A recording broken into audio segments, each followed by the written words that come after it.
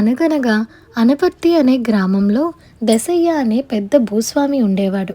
తన కూతురి పెళ్లి సందర్భంగా ఆయన ప్రసిద్ధ నగల వర్తకుడైన మునుస్వామి దగ్గర 50,000 రూపాయలకు నగలు కొని చేతిలో ఉన్న 40,000 ఇచ్చి మిగతాది వీలు చూసుకుని సర్దుతానని చెప్పాడు.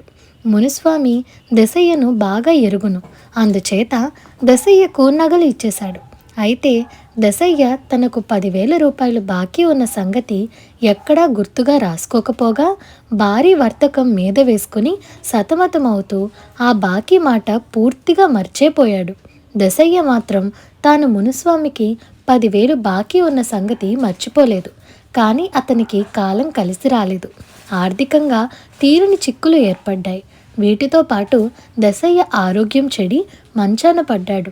ఆఖరి క్షణంలో ఆయన తన కొడుకు మురళితో, నాయనా, అక్క పెళ్లికి నగలు కొంటూ నగల వర్తకుడు మునుస్వామికి 10,000 బాకీ పడ్డాను. అది తీర్చే లోపల మన స్థితి ఇలా చితికిపోయింది. నేను కాయిలా పడ్డాను. ఆ బాకీ తీరనే లేదు. ఎప్పటికైనా నువ్వు ఆ బాకీ తీర్చితే కానీ నా ఆత్మకు శాంతి ఉండదు. తీర్చుతానని మాటివ్వు అని అన్నాడు. మురళి తండ్రి చేసిన బాకీ తీర్చుతానని ప్రమాణం చేశాక దశయ్య కన్ను మూశాడు. మురళి తన బతుక్కు కొత్త పునాది వేసుకోవలసి వచ్చింది. అతను అహోరాత్రులు కష్టపడి చిల్లర డబ్బులు కూడబెట్టడమే కాక తన పొట్ట కట్టుకునైనా తండ్రి చేసిన బాకీ తీర్చటానికి డబ్బు వెనకేస్తూ వచ్చాడు. చివరకు ఎలాగైతేనేం అతని దీక్ష ఫలించి 10,000 రూపాయలు పోగయ్యాయి. మురళి దాన్ని తీసుకొని మునుస్వామి ఇల్లు వెతుక్కుంటూ వెళ్ళాడు. ఆ ఇంట్లో ఎవరో యువకుడు ఉండి, ఎవరు మీరు, ఏం కావాలి అని అడిగాడు. మునిస్వామి గారు ఉన్నారా అని మురళి ఆ యువకుణ్ణి అడిగాడు. మునుస్వామి గారు చనిపోయి చాలా కాలమైంది. పోతూ పోతూ ఆయన తన కొడుక్కు తన బాకీలు అప్పచెప్పిపోయాడు అన్నాడా యువకుడు.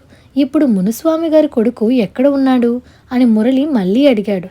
తండ్రి చేసిన బాకీలు తీర్చలేక ఆ అబ్బాయి ఇల్లు వదిలి పరారీ కూడా అయిపోయాడు.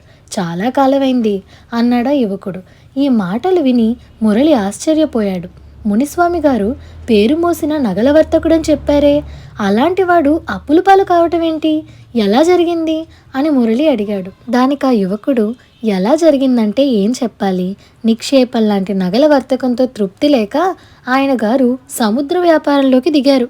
ఆయన సరుకులు సముద్రంలోనే మునిగాయి. వాటితో పాటు ఆయన మునిగాడు.